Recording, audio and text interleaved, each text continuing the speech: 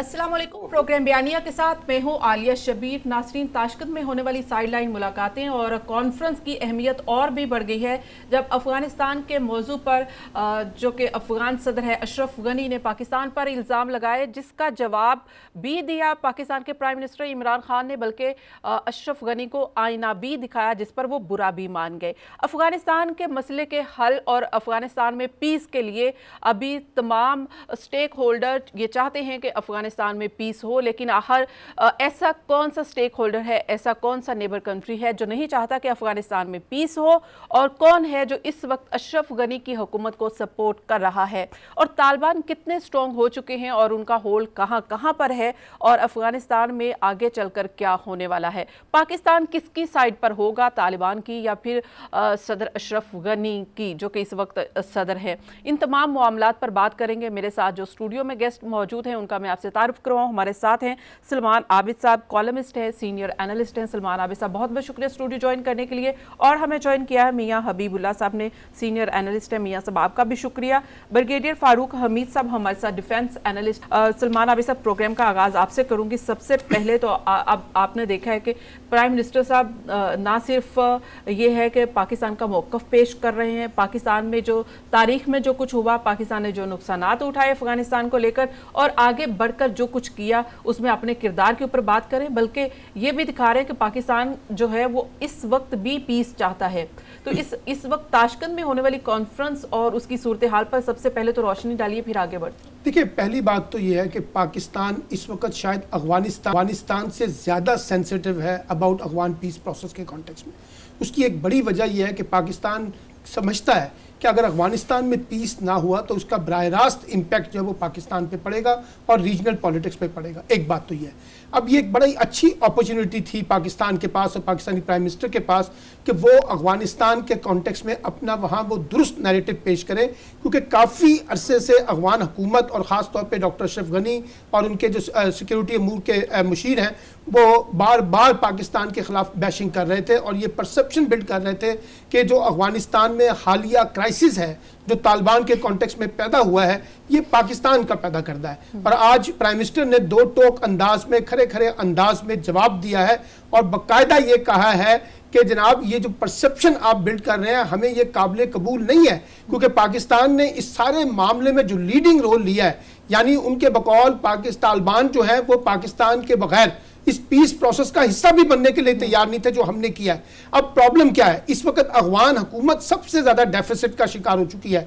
America ये कहता है कि ये मामला जो है अफगान हुकूमत और अफगान तालिबान मिलकर तय कर ले, हमारा कोई लेना देना नहीं। हिंदुस्तान जो उनकी सपोर्ट कर रहा था, तो बहुत देर हो चुकी है। तो मैं कह रहा हूँ हिंदुस्तान जो अफगान हुकूमत की ऊपर बहुत बड़ी सरमायाकारी कर चुका था, उसने भी पसे पर्दा रूस और ईरान की मदद के साथ अफगान तालिबान से पसे पर्दा बातचीत का आगाज किया हुआ है।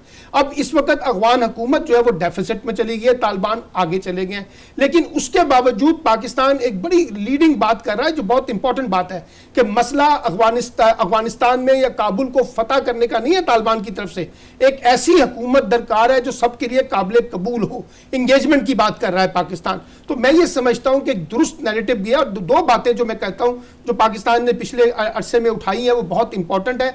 नंबर एक, हम अफगानिस्तान के पीस प्रोसेस में एक सहूलतकार है, जामन नहीं है, हमने कोई जमानत नहीं दी हुई, हम सिर्फ फैसिलिटेटर हैं। और दूसरी बात जो जनरल बाजवा साहब ने भी की, मलबा हमेशा पाकिस्तान जो डाल रहे हैं ना, वो तो उसकी वजह यह है कि पाकिस्तान पे मलबा डालने की वजह हिंदुस्तान की लॉबी है ना, जो अफगानिस्तान का सारा नजला, उनकी दाखिली पॉलिटिक्स की सारी नाकामी पाकिस्तान पे डालना चाहते हैं। तो जनरल बाजवा ने भी और इमरान खान साहब ने भी ये कहा, हम मुस्तकबिल में बुनियादी तौर पे अमन के हवाले से तो शराकतदार हो सकते हैं, हम जंगों के शराकतदार बनने के लिए तैयार नहीं है। तो यकीनी तौर पर इसका बड़ा रिएक्शन जो है अफगानिस्तान के अंदर देखा जा रहा है। साहब, आप इसके ऊपर क्या तज्जिया देंगे कि पाकिस्तान हमेशा कुर्बानियां देता रहा और अफगानिस्तान की जंग में सबसे ज्यादा नुकसान भी पाकिस्तान का हुआ और आखिर आज हमें ही इल्जामात का सामना है, क्यों ऐसा है? पाकिस्तान की पोजीशन ऐसी रही है कि पाकिस्तान बहुत ही अफ़गान मामले पे जो है ना डिफेंसिव रहा है, चूँकि आलमी ताकतों का हम पे बहुत ज़्यादा जो है वो दबाव रहा, और उस दबाव को बजाय उसका फेस करने के हम उसको कबूल कर लेते थे, और जो वो कहते थे कि हम पर इल्ज़ामात लगाते रहते, हम उसकी वजाहत करने में लग जाते थे। असल हकीकत हमने नहीं बयान की, और हम सोए हुए बच्चे का मुँह चूमते रहे हैं, ना माँ पर एहसान किया हमने, ना बाप पर एहसान किया। अब पाकिस्तान ने रियलाइज़ किया है कि हमारी जो असल पोजीशन है वो ये है, और बिल्कुल दुरुस्त सूरत हाल है कि पाकिस्तान ने बहुत ज़्यादा कुर्बानियाँ दी हैं अफ़गान इश्यूज़ पर, और अभी भी दे रहे हैं, और सबसे ज़्यादा अगर वहाँ एक कोई मजबूत हुकूमत कायम होती है तो उसका सबसे ज़्यादा फ़ायदा जो है वो पाकिस्तान को पहुँचेगा, क्योंकि हम एक तो दहशत गर्दी के हवाले से महफूज हो जाएंगे, दूसरा हमारी सरहद महफूज हो जाएगी, तीसरा अमन का सबसे फ़ायदा जो है वो अफ़गानिस्तान और पाकिस्तान और ईरान और उज़्बेकिस्तान और ताजिकिस्तान को सबसे ज़्यादा फ़ायदा होगा, रशिया को भी। तो इसलिए जो पाकिस्तान की कोशिशें हैं वो ये हैं कि वहाँ एक ऐसी हुकूमत कायम हो जाए कि एक तो वो स्ट्रेंथन हो, वो मजबूत हुकूमत हो और उसका पूरे अफ़गानिस्तान पर अमल दखल हो, और दूसरा वहाँ जो है लॉ एंड ऑर्डर की सूरत हाल बेहतर हो जाए, ताकि वहाँ के जो वसाइल हैं उनको बुरवेकार लाया जा सके। और सारी नज़रें जो हैं वो इस वक्त इस हवाले से हैं कि चूँकि दुनिया ने मान लिया है तालिबान एक ताकत है, सिर्फ असल मसला यह है कि पाकिस्तान पर यह दबाव डाला जा रहा है अफगान गवर्नमेंट की तरफ से, और ऐसे बेहुदा तो लगता यह है कि अफगानिस्तान में तालिबान हुकूमत बनाएंगे और इसको भी मान लिया जाएगा। आप देखें कि बरतानिया की जानिब से क्या बयान आया है। दुरुस्त कहते हैं, लेकिन दूसरी तरफ जो साजिशें हो रही हैं ना वो ये हैं अफगान गवर्नमेंट की तरफ से जो है उनकी सर्वाइवल का मसला ज़ाहिर है, वो उनकी बका का मामला, तो वो पाकिस्तान पर इल्ज़ाम लगाकर ये चाहते हैं कि पाकिस्तान तालिबान को रोके। भाई जिन दुनिया की ताकतें उनको नहीं रोक सकी तो हम उनको कैसे रोक लें, और हमें आपकी जगह पे हमें लड़ाई करने का क्या फ़ायदा, हमारा क्या मकसद है उनके इस उलझाव में उलझने का। तो इस वजह से जो है पाकिस्तान ने दुरुस्त फैसला किया, और अभी जो एक कॉन्फ्रेंस होने वाली थी पाकिस्तान में वो जी, ये कॉन्फ्रेंस मुलतवी हुई है, इसकी रीजन भी बात करेंगे। ब्रिगेडियर साहब का इनपुट शामिल करते हैं। ब्रिगेडियर साहब, ये जो आप जनूबी एशियाई रवाबत कॉन्फ्रेंस थी, इसमें पाकिस्तान का तो बहुत ही मुस्बत रोल रहा है। अफगानिस्तान में नेटो अफवाज का इनखला हो, तालिबान और अमेरिका के दरमियान मुज़ाकरात हो, पूरी आलमी बरादरी को पाकिस्तान को तो अप्रिशिएट करना चाहिए था, लेकिन उल्टा हमेशा से यही होता है कि हमारे ऊपर इल्जामात लग जाते हैं। यही हुआ गो कि पाकिस्तान के प्राइम मिनिस्टर ने जवाब दिया, आईना भी दिखाया, लेकिन इसके बावजूद आखिर क्या वजह? बिस्मिल्लाहिर्रहमानिर्रहीम, बहुत शुक्रिया। देखें, अशरफ गनी साहब जो है ना, मेरी नजर में ये एक अमेरिकन और इंडियन स्टूज है, पपेट हैं जिनको वहां पर रखा हुआ कितने सालों से, और मेरे नजर में वो सबसे बड़े स्पॉइलर हैं अफगानिस्तान के अमन प्रोसेस में। आज बहुत अच्छी बात हुई है कि प्राइम मिनिस्टर इमरान खान ने पहले इस कॉन्फ्रेंस में जो उन्होंने अपना डिसअपॉइंटमेंट शो की कि जिस तरह पाकिस्तान को अक्यूज किया गया, और दूसरा जो उनकी डेलीगेशन लेवल पे जो मीटिंग हुई थी अशरफ गनी साहब, उधर भी उन्होंने ठीक ठाक उनको आईने दिखाया, उनकी क्लास ली। और आपको पता है अशरफ गनी साहब बाद में मीडिया को भी फेस नहीं कर सके और चले गए। ये जो मसला सारा ये है कि इस वक्त अफगान तालिबान जो है, जो आज तो लेटेस्ट मीडिया की खबर ये थी कि तकरीबन वो काबुल के आउटस्कर्ट्स पे पहुंच चुके हैं। अब आप देखें कि इस वक्त जो डेस्परेशन वाली सूरत हाल है वो न सिर्फ अशरफ गनी को बल्कि ज्यादा इंडियंस को है, जो ये देख रहे हैं कि जनाब ये तो खेल जो है उनके हाथ से निकलता जा रहा है। अब जो उनके प्रॉक्सीज हैं, उनके जो सपोर्टर्स हैं वहां पे, जिस तरह आज वाइस प्रेसिडेंट ने एक ट्वीट कर दिया, अफगान वाइस प्रेसिडेंट ने, कि जनाब पाकिस्तान एयरफोर्स जो है वो उसने वार्निंग दी अफगान एयरफोर्स को, और जनाब पाकिस्तान एयरफोर्स अफगान तालिबान को क्लोज सपोर्ट दे दिया। हालांकि ऐसी कोई बात नहीं है। हमारा जिस तरह प्राइम मिनिस्टर ने कहा, कोई हमारे वहां पे दुश्मन नहीं है, कोई हमारा फेवरेट नहीं है।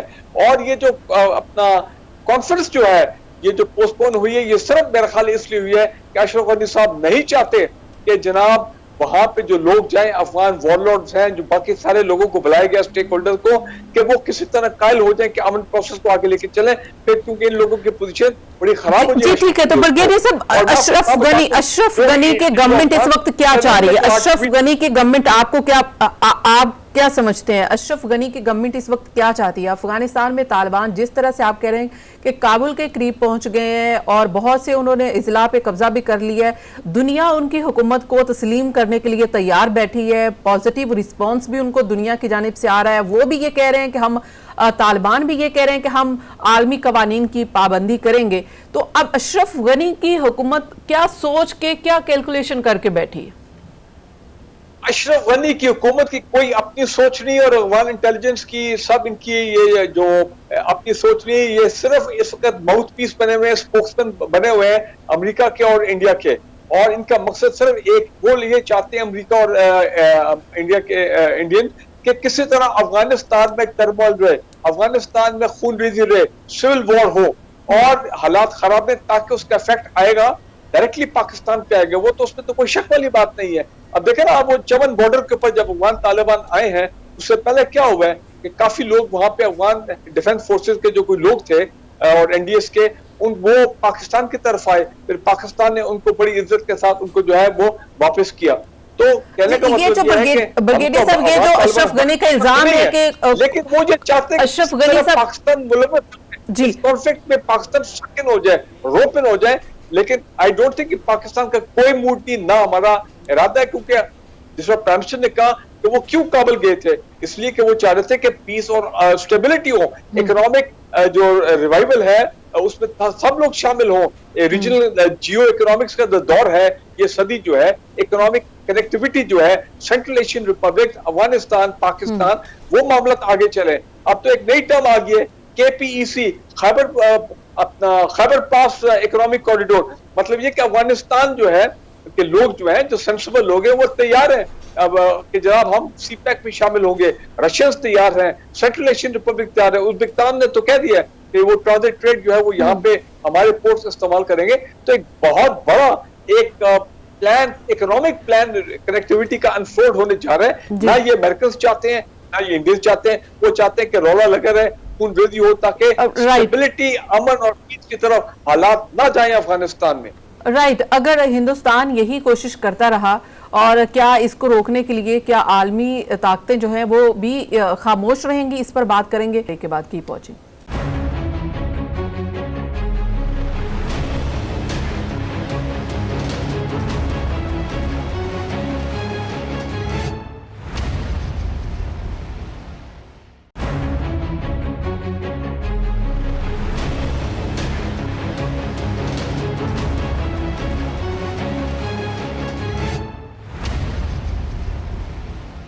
वेलकम बैक नाज़रीन। हम बात कर रहे थे अफगानिस्तान में हिंदुस्तान के जो कि इंटरफेरेंस किया, जो वो नहीं चाहेगा कि यहाँ पे पीस हो, और इसके लिए वो कोशिश की जा रही है।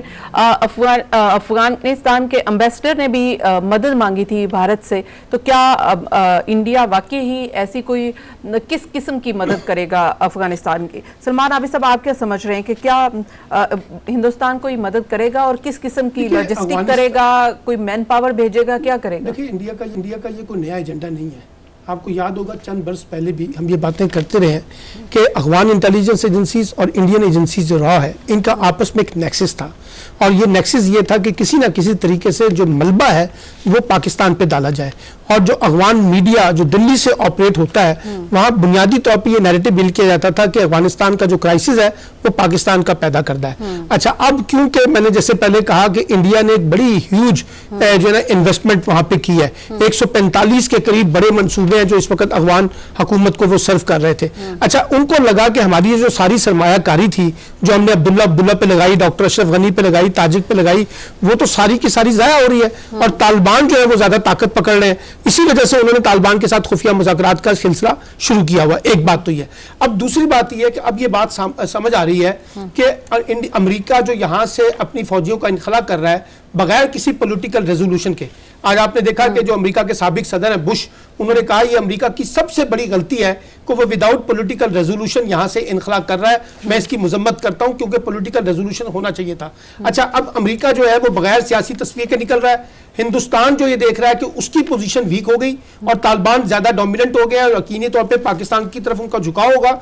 इस वजह से अब लगता यह है कि अफगानिस्तान को आप सबोताज करें, वहां दाखिली इंतशार बढ़ाएं, और ताकि पाकिस्तान की स्टेबिलिटी और जो CPEC का कॉन्टेक्स्ट है वो भी कमजोर हो। तो मुझे तो ये लगता है कि ये गेम गेम प्लान भी है इस वक्त अफगान हुकूमत का, और ख़ास तौर पे अमेरिका भी उसमें शामिल है, कि किसी तरीके से इस रीजन को एक पीसफुल रीजन बनाने की बजाय, इकोनॉमिक कनेक्टिविटी के बजाय इसको जो है ना एक डिस्टेबलाइज रखा जाए, और ताकि इस डिस्टेबलाइजेशन के जरिए हिंदुस्तान और अमेरिका अपने मफादात ले सकें। क्योंकि ना अमेरिका को, अब देखिए ना, हामिद करजई साहब ने कहा, जो अफगान साबिक सदर हैं, उन्होंने कहा कि देखिए ये अमेरिका की सबसे बड़ी गलती है।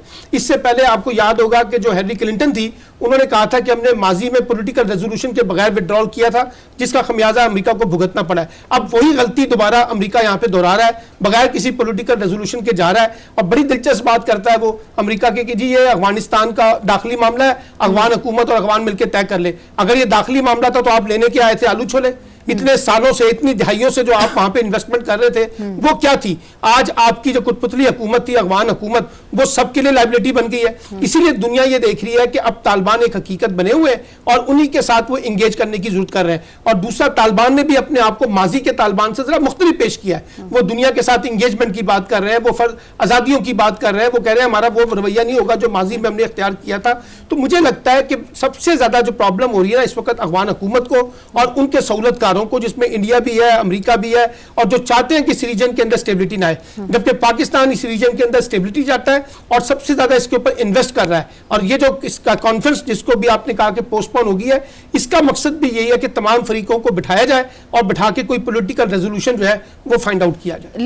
लेकिन इसको ये मुलतवी होने की जो रीजन है वो कोई समझ में नहीं आती। तैयारी भी शायद मुकम्मल थी, सबको इनविटेशन ये हो सकती है, उसकी रीजन ये हो सकती है पाकिस्तान ये कोशिश कर रहा था कि तमाम स्टेक होल्डर्स को इंगेज किया जाए। मुमकिन है कि ईद की वजह से, क्योंकि आपको पता है अगले 2 दिन के बाद फिर अब मंगल को ईद है, तो इसलिए शायद लोगों ने जो है ना इस वक्त मुनासिब नहीं समझा। लेकिन ये कॉन्फ्रेंस होगी और ये आप देख लीजिएगा कि इसमें होगी, क्योंकि इमरान खान साहब की हामिद करजई से भी बात हुई है, डॉक्टर अशरफ गनी से भी बात हुई है, मुख्तलिफ ग्रुपों से भी बात हो रही है और पाकिस्तान के सिक्योरिटी इदारे भी इसके अंदर इंगेज है। आपको ये लगता है कि चलें ये मुलतवी तो हो गई है, लेकिन नेक्स्ट जब भी इसका कोई टाइम फ्रेम तय होता है उसके बाद अशरफ गनी हो, हामिद करजई हो और तालिबान ऑफ कोर्स सब स्टेक होल्डर बैठेंगे, पाकिस्तान आएंगे, बातचीत करेंगे? क्योंकि उसके बगैर ये मसले का हल ही नहीं है। मैं आपको बता रहा हूं, ये बात तालिबान को भी समझ आती है कि सिर्फ तालिबान अगर काबुल फतह करके काबुल में हुकूमत बनाने में बैठ जाए ना, ये चलने वाली नहीं है।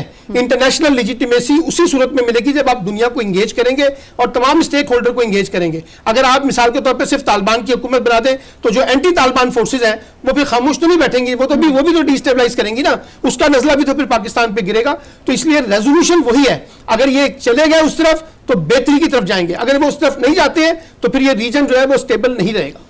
राइट, इसका क्या कौन सा ऐसा आउटलुक है जो तालिबान को भी पसंद होगा अफगानिस्तान का और अशरफ गनी की हुकूमत को भी पसंद होगा, इसके ऊपर बात करेंगे।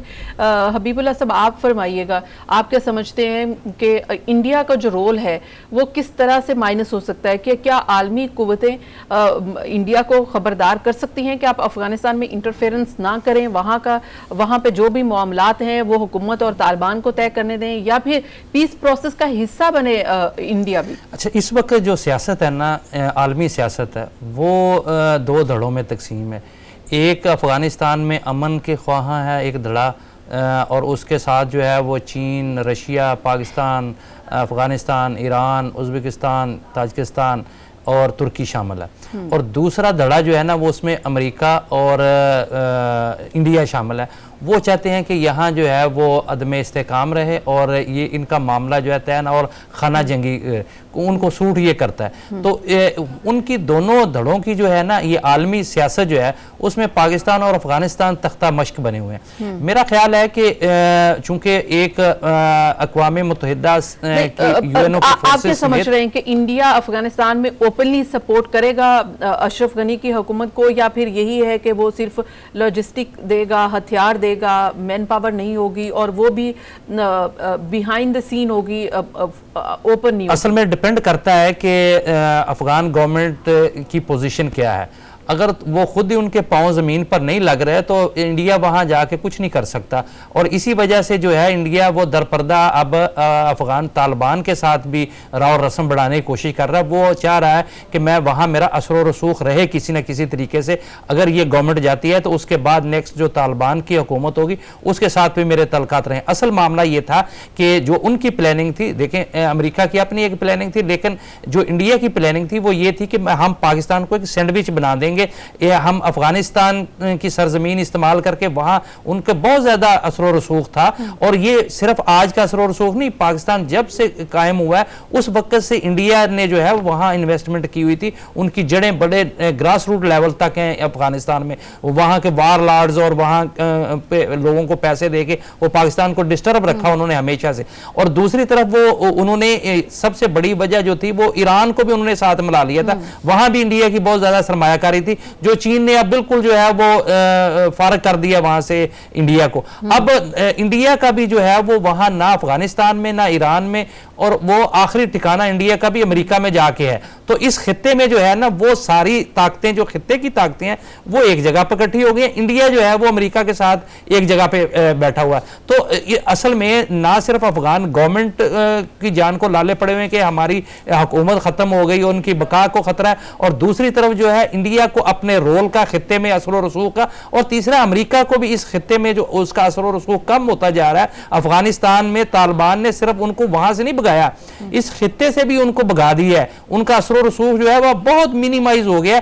अब वो चाहता है कि किसी ना किसी तरीके से पाकिस्तान के अंदर एक लॉबी पैदा करे, और इंडिया जो है वो किसी ना किसी तरीके से तालिबान के साथ अपना गठजोड़ करके वो पाकिस्तान को डिस्टर्ब करे, जो कि मुमकिन नहीं है। अब पुलों के नीचे से बहुत सारा पानी जो है बह चुका है, मामला बहुत आगे तक निकल चुके हैं, उनके हाथ से जो है वो गेम निकल गई हुई है। वो तालिबान ने जो है पिछले 20 साल तक कुर्बानियां दे के उन्होंने साबित कर दिया है कि वो अफगानिस्तान की असल ताकत है। वहां के लोग भी जो है वो खाना जंगी से 40 साल खाना जंगी से तंग आ चुके हैं। वहां के अवाम भी चाहते हैं कि वो वहां एक स्ट्रेंथन गवर्नमेंट बने, और वो चूंकि उन्होंने पहले सर्व करके दिखाया है। जब उनकी 5 साल तक हुकूमत रही थी तो अफगानिस्तान सबसे पीसफुल था। तो वो वहां के अवाम चाहते हैं कि वो ही दौर वापस आ जाए, लेकिन थोड़ा सा मॉडरेट हो। इसी अब उनकी जो प्लानिंग है तालिबान की, वो उन्होंने तमाम अपने दरवाजे जो है खुले छोड़े। एक तरफ आम माफी का ऐलान करते हैं, दूसरी तरफ उन्होंने किया है कि जितने बॉर्डर लगते हैं वो उनके इलाकों में उन्होंने अपना असर और रसूख कायम कर लिया ताकि ये भाग ना सके।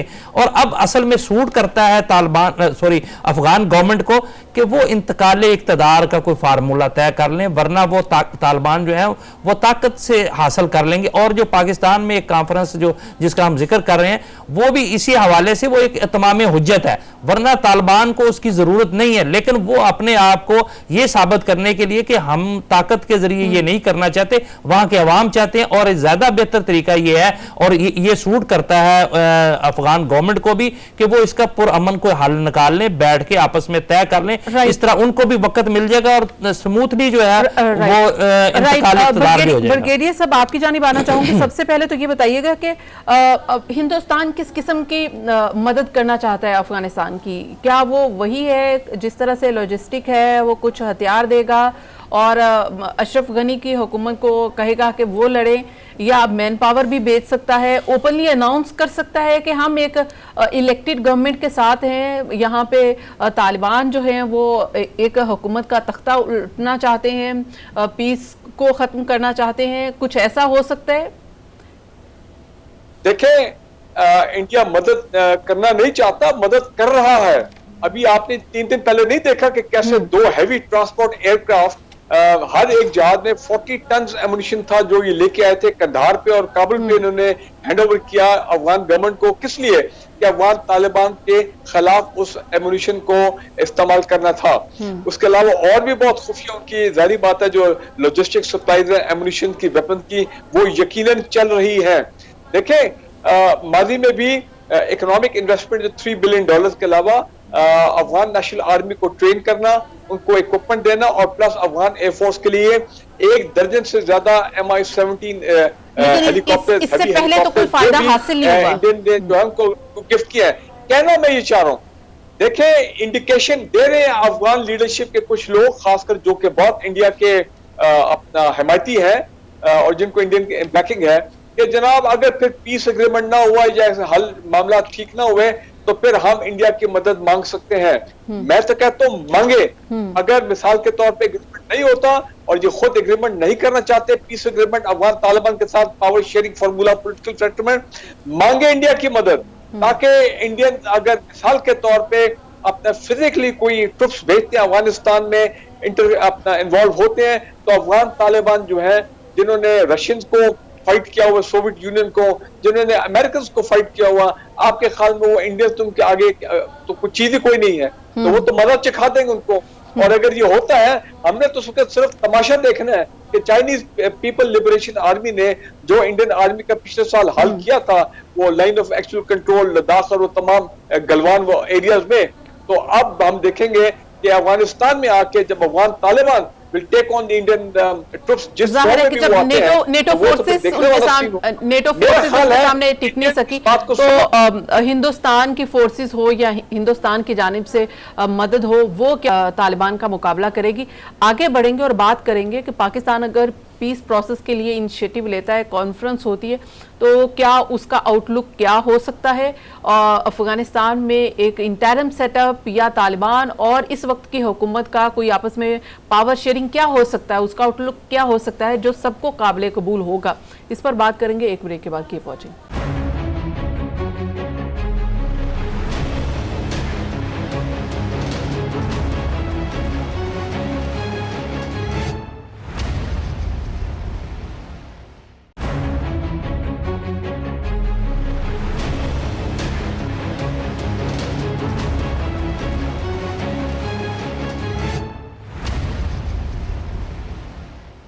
वेलकम बैक नाज़रीन। हम अफगानिस्तान के अमन के हवाले से बात करें। पाकिस्तान का रोल अहमियत का हामिल है। पाकिस्तान ने पीस के लिए जो कोशिश की है, इसका इदराक अमरीका को भी है और आलमी बरादरी को भी है, लेकिन अफगानिस्तान की इस वक्त की अशरफ गनी की हुकूमत इसलिए खुश नहीं है कि वो ये समझते हैं कि कहीं ना कहीं पसे पर्दा कहीं तालिबान को पाकिस्तान सपोर्ट कर रहा है, जबकि ऐसा नहीं है। पाकिस्तान पीस चाहता है, पाकिस्तान के मुफाद में भी है। सलमान आबिद साहब, क्या समझते हैं कि ये वक्त तो पाकिस्तान कह रहा है कि वक्त जो बहुत देर हो चुकी, जिस वक्त अभी अशरफ गनी की हुकूमत ये चाहती है कि तालिबान के साथ बैठा जाए और कुछ प्लान किया जाए वहाँ पे, लेकिन आप क्या समझते हैं कि अगर इस वक्त भी अगर शुरू कर लिया जाता है प्रोसेस, कोई मुज़ाकरात होते हैं, पीस के लिए बात होती है, तो क्या आउटलुक हो सकता है जिसके ऊपर तालिबान भी और अशरफ गनी की हुकूमत भी मुत्तफिक हो जाए? देखिए, बुनियादी मुतालबा तो वही है ना कि हमने बुनियादी तौर पे अफगानिस्तान में पीस प्रोसेस को इंश्योर करना है और जितने भी फ्रीकैन हैं उनके दरमियान कोई बाहमी इत्तफाक राय पैदा करना है।